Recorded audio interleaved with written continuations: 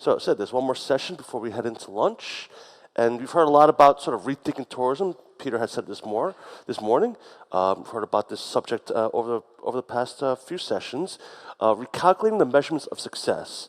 And this is a fireside chat, and the interviewer for this is, of course, our chair. So please welcome to the stage Mr. Peter Simone. And joining him as the interviewee is the CEO of the Sarawak Tourism Board. Ladies and gentlemen, please welcome Madam Sharzadeh Datu Haji Sali Askor.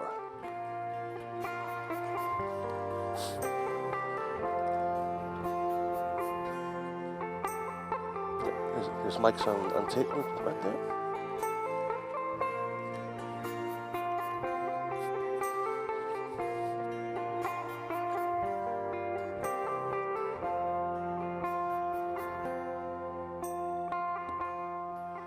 Hi, Shar. How are you? I'm fine, thank you. Peter? Ignore all of them. Let's just have a talk. The only thing we should be conscientious of is the fact that our little chat here is what's keeping them from lunch. So we have to make it really super entertaining, yeah? So I first wanted to talk about you a little bit. Okay. And so I read your bio data, which I got off of the internet, and there's all these things about before working for Sarawak Tourism Board, general manager of a Malaysian company, Malaysian conglomerate, so on and so forth. So you're sort of new to tourism, in a sense, or were these Malaysian tourism companies that you were working at? Well, put it this way, I'm just fortunate because as soon as I graduated, I was able to work with a public sector that puts me into taking charge of a resort. Okay. Right? So when I took that job, I said to myself, I need to go into a different level. So that's when I go into a real corporate, and I've always gone into an industry which is tourism related. And I've heard, I mean, so many people are complimentary of the work that you've done with the Sarawak Tourism Board, so I'm very interested. Obviously, we want to dig into that. But there's a quote here, and it says, Shar believes, I always say Shar, it's just easier for me because I make a mess of your name otherwise, like I did in Kathmandu, or in Pokhara, I apologize for that. But Shar believes tourism is an inclusive industry and that everyone has an important role to play in ensuring Sarawak's visibility on the world tourism stage. Her vision of making responsible and niche tourism imperative pillars in Sarawak's tourism industry is to strengthen the economy of the local communities and to have responsible environmental practices built into the planning and execution of a healthy tourism ecosystem.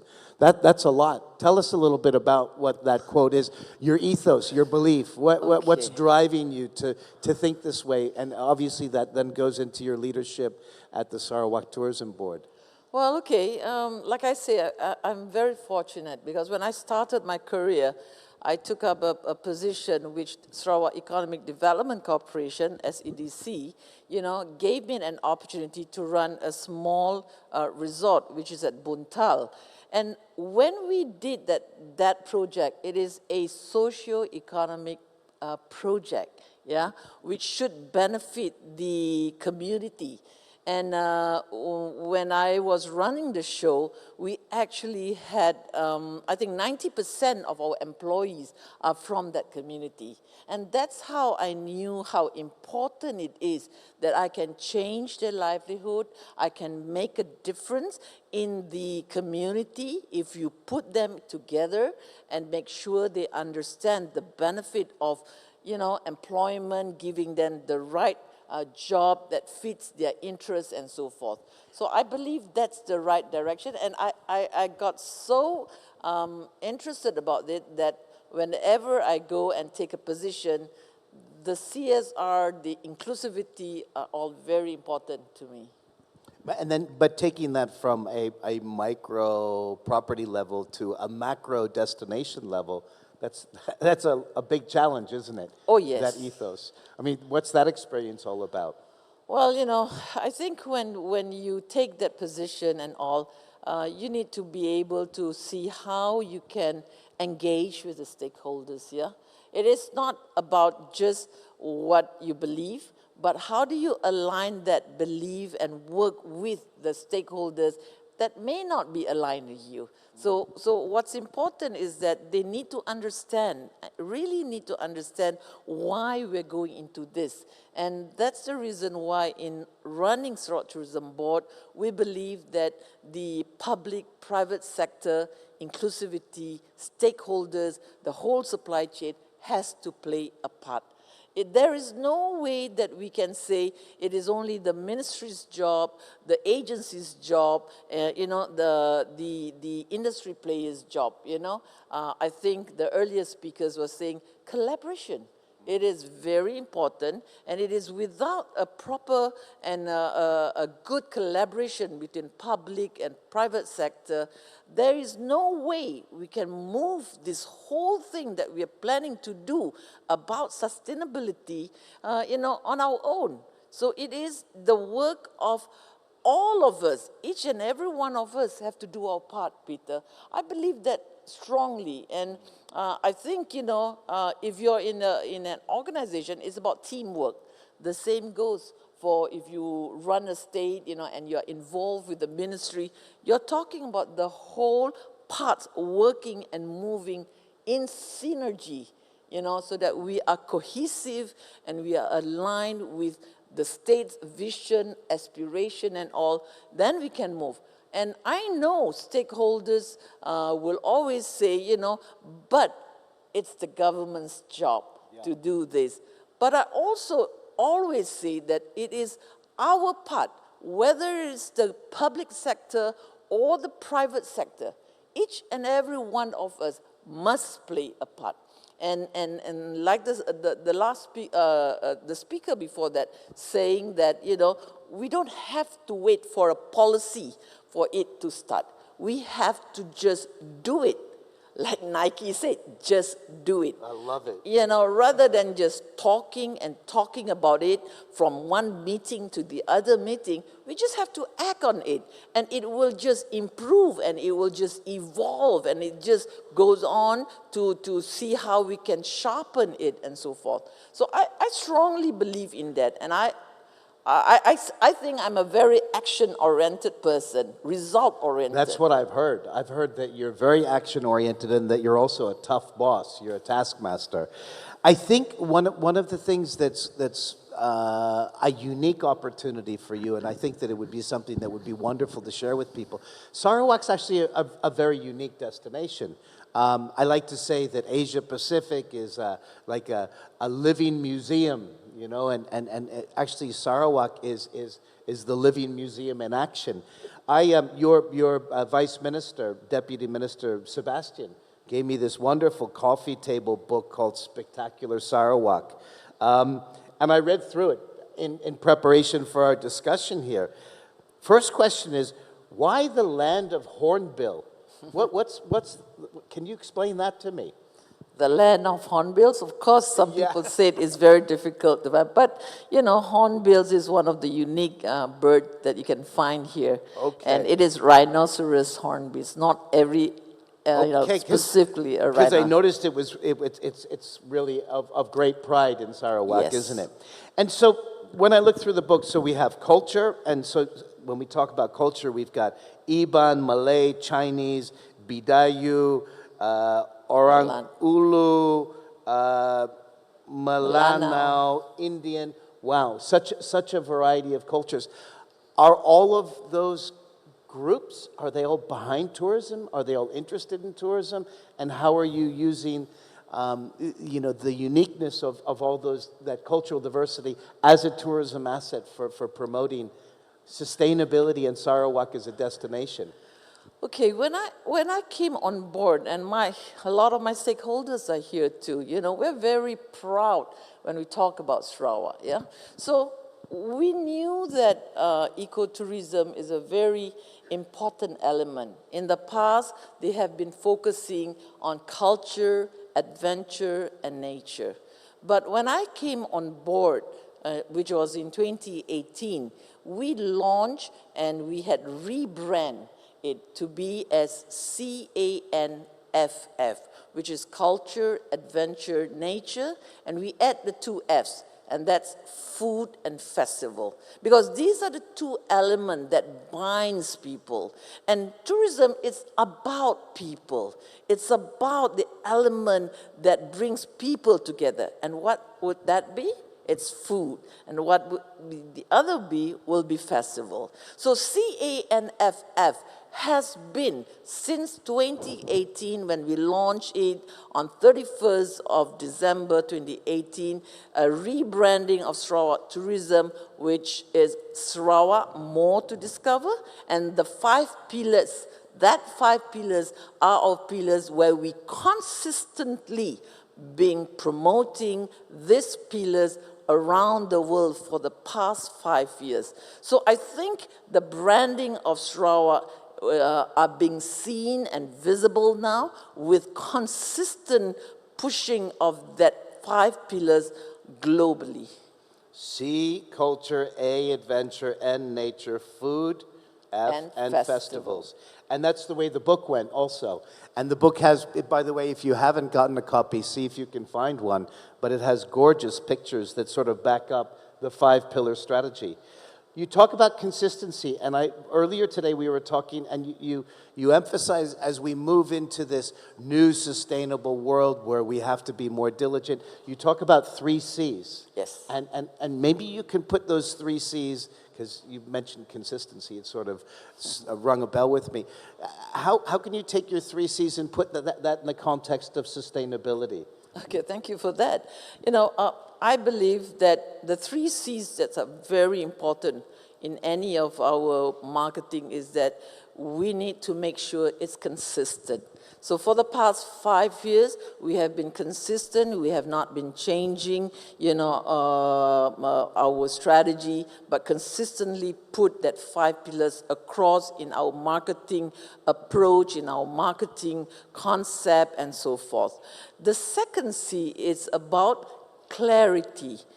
Clarity of what do we want to do for the state of Sarawak, and clarity of who are we going to target for the state of Sarawak.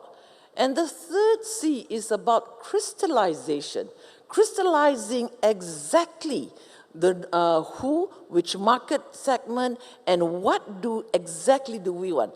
Even if we say Korea, do we want to crystallize exactly what Korea that we are targeting? For example, the golf sectors, So we have specifically every market that we go into, we crystallize our initiatives, and our marketing team are very clear in their direction. Thereby, they have their KPIs, they have their targets, they have their outcome for every expenditure we spend, and that's not our money, it's the people's money. We need to make sure we bring that result to the state of Sarawak.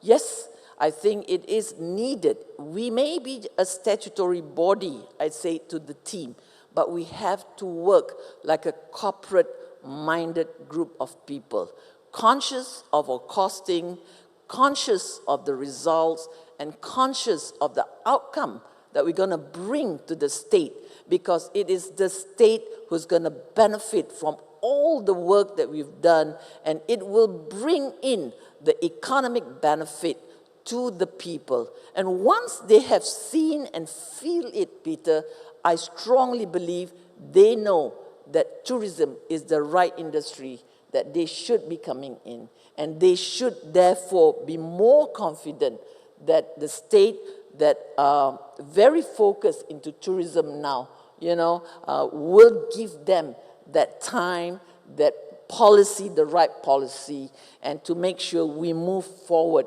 with the new trends and so forth. And Sharp, I've heard you mention the acronym. So there's lots of acronyms. CANFF, and now the 3 Cs. But there's also PCDS, which I believe is a blueprint for the development of Sarawak tourism. And if I'm not mistaken, you're in your 3rd iteration of a master plan. Can you talk to us a little bit about both the PCDS and also your third master plan? Sure. I'll give you the top of the line, yeah? So PCDS stands for Post-COVID Strategy, Development Strategy, yeah? That's a 10 years program up until 2030. Especially, this was driven by our premier. I must, I'm so proud that our premier and the minister are so open into our tourism directions and all. Like you heard this morning, the premier was once the minister of tourism. So he really embraced that and really encouraged and pushed tourism in this state. So basically, the PCDS 2030, and we have a third master plan blueprint up until 2035. So Sarawak Tourism, under the Ministry of our Ministry Tourism, we really are guided by these two. Okay, when we had our COVID, the pandemic, I think in the month of July in 2020, that was launched and we looked into it. We aligned, the state agency aligned with the state, the overall direction under the tourism sector. So put it this way. So in 2019, we achieved about 4.66 million visitors. Okay, 4.66 million visitors. What does this two blueprint ask us to look into? Yeah, we are looking like about 12 million visitors by 2030, 2035. So we have, but because of the COVID, it has affected. So that was the blueprint, and we will be looking into reviewing it and all. What does our, for example, how much was the contribution? It was about 8.7, GDP. We are now targeting to about 11% GDP. The annual growth of 7.5% annual growth, you know. We are looking into the tourism receipt to 50 billion, you know, from 11 billion. So over 11 billion. So we are guided, so we know what we want to achieve. We know what's the light at the end of the tunnel that we have to achieve, you know. And therefore, with that, we are very clear. This is the way we want to go. We are focusing in terms of community-based tourism. We are focusing on the livelihood of those groups, the communities, and so forth. We are focusing on responsible tourism, and we want to be the exemplary when it comes to into sustainability. Being very clear, and we are able to crystallize it in terms of our direction and strategy, it helps us. For all of us downline, you know, we will know what to do because that is the aspiration. My only hope, and this is my only hope, yeah, is that the government of the day, if it ever change, whoever it is, we have a 15 years plan, need to stick to the policy, needs to be consistent with it. And be very clear and crystallize what we have and what we want to go. So if you keep changing things, this is where the industry will not have the level of confidence. This is where a lot of the stakeholders will just be jittery and would not want to invest. I think that is very, very important. Sarawak is the largest region or state in the whole of Malaysia, equivalent the size of the whole peninsula. So you can imagine how it is that we need. And we have only 2.9 million population. Not as huge as even the greatest city, the great Kuala Lumpur is over 5 million or 6 million, you know. So you can imagine that we do not have the critical mass. Yet we do want to have the importance, and we know the importance of tourism, and therefore connectivity is very important. Yeah, but connectivity is all about viability commercially for the airline. So this is our challenges also, Peter. So, you know, I think we are very clear what we want to do, and we are very focused. I'm very impressed with the post-COVID development strategy. I wonder how many other destinations across the PATA region have put something like that in place. And I think you can't underestimate the importance of your premier, having come from a tourism background. Observation in general is that so many destinations across Asia and the Pacific, the PATA region, tourism ministers come from political backgrounds, Yes. and sometimes they just assume that everybody knows everything about tourism because I flew on an airplane and I stayed in a hotel. And they don't recognize the complexity of tourism. And so I think you're very lucky in that case. I mentioned in my opening remarks this kind of challenge, this let's say fork in the road that we're in right now, where we can either go back to business as usual, 2019, before COVID, BC. We just continue and do that, or we do something different that is kind of addressing the sustainability needs. Where do you think Sarawak? I think I know where you want to go, but are you getting there? Are you able to? How do we actually start to measure tourism in a more scientific way? Because you mentioned earlier, just counting the number of tourists that come and guesstimating how much they spend is really not going to be very helpful. So what are the ways in which you can measure your success? As the Sarawak Tourism Board, you've got to go back to government and back to your private sector stakeholders. What kind of metrics are you putting in place? What kind of key performance indicators would you like to be measured on in this new environment? Okay, so we know that the pandemic is a single disruptor, yeah? It has put all of us, and the business stopped for nearly 2.5 years, I think. It gave us time to think and all. And I believe that with this pandemic, it has helped us because the reason is because Sarawak Tourism, the state government started its digital economy transformation in 2018. Yeah. So when the pandemic strikes us in 2020, yeah, March, borders all closed, we were very fortunate that we have that infrastructure.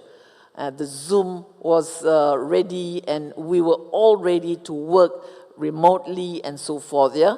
And because we can't have physical meeting. So in that situation, we accelerated our way of doing things differently, yeah?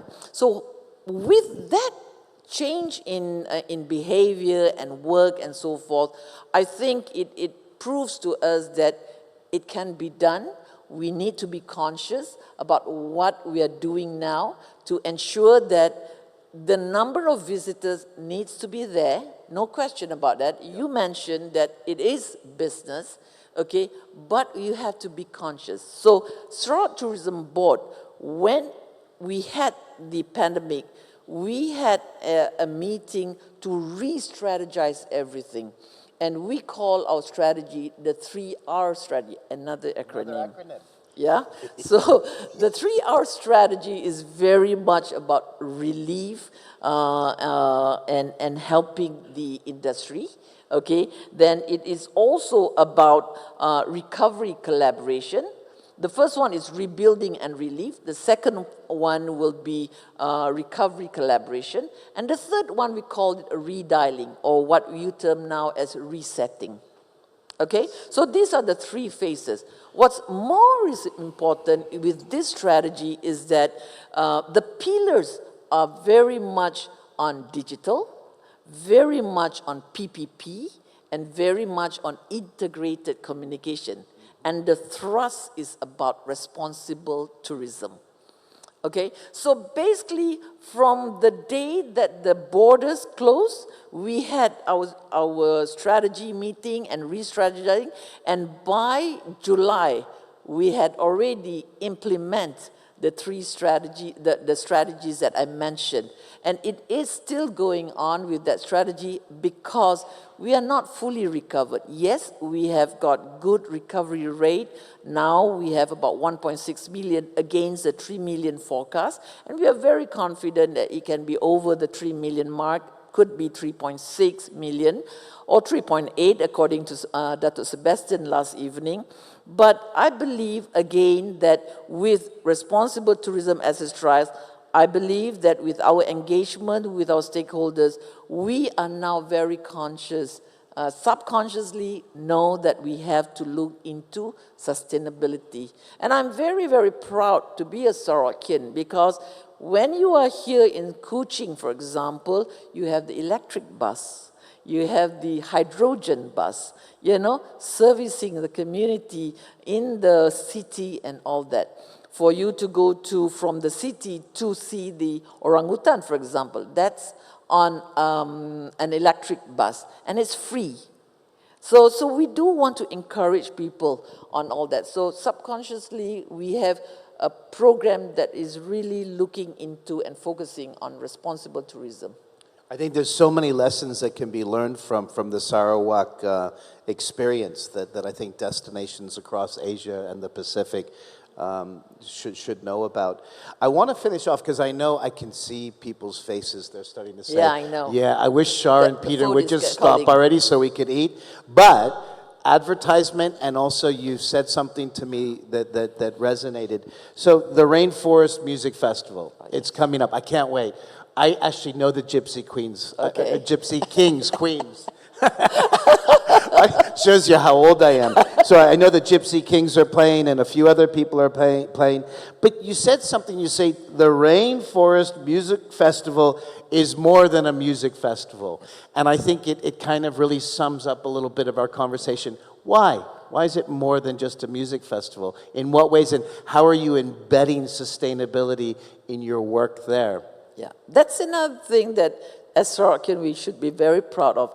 Rainforest World Music Festival is an event that started just to preserve our instrument, sape, indigenous music, and so forth, yeah? But it has gone beyond that, It is not just about music anymore. It is an iconic event for the state, and we had used this as a vehicle to make sure that the visitors, the festival goers, will then learn and appreciate and be aware of our sustainability things. For example, the vendors that's going to be, that has been appointed for this event, for example, they are not supposed to use styrofoam. We don't allow them to use styrofoam. We want them to use recyclable packing and so forth. The other thing is that we ensure there's waste management, upcycling. We look into making sure. And this year, we introduced what we call paper seed. Paper seed is a paper that is embedded with herbs or wildflower seeds and all. So if ever that paper seed has dropped or whatever, it will actually germinate and it actually will grow into whatever seeds that's in that paper. So these are all about educating the young people. That's how important things are. And that's why even the shuttle bus, we are willing to ensure that there's free shuttle bus, and not to encourage people to drive, to lessen the carbon emission and so forth. And do you get a negative kickback from everybody, or is everybody very positive and takes... Every year you have more rules and regulations and restrictions, but do people take that in stride in a positive way? Yes. Or they do? Yes. You know why? Because the proceeds that, the tickets that they buy, yeah, certain percentage of the proceeds, we will buy seedlings and we will plant trees, so that we have what we call our project Eco Green Planet Program. And this is another way. And we even have a microsite to let people know the sponsors. It's, like I say, it's a event, yeah, public-private event, where every stakeholder should be part and parcel of this. And if you are playing a part by just buying a ticket, you are contributing to our greening initiatives and all. So that's why it's very important. Nice. I really can't wait, and I hope a lot of the audience will be joining us as well. Shar, thank you so much for sharing what I would call, I usually say good practice, but in this case I think I have to say best practice. Thank you. That you and the tourism board and the ministry and the whole state and the private sector and all of your colleagues that are in the audience today are doing. I think it's remarkable. And I've walked away with a whole bunch of acronyms. Yeah, the 3 C's, the 3 R's, the CANFF, the PCDS, all of those things. Wonderful. Thank you so much. Thank you. Really enjoyed it. And we'll continue the conversation over lunch with everybody else. Thank you, Shah. Thank you. Thank you, Peter. Thank you, everyone, for listening. Thank you.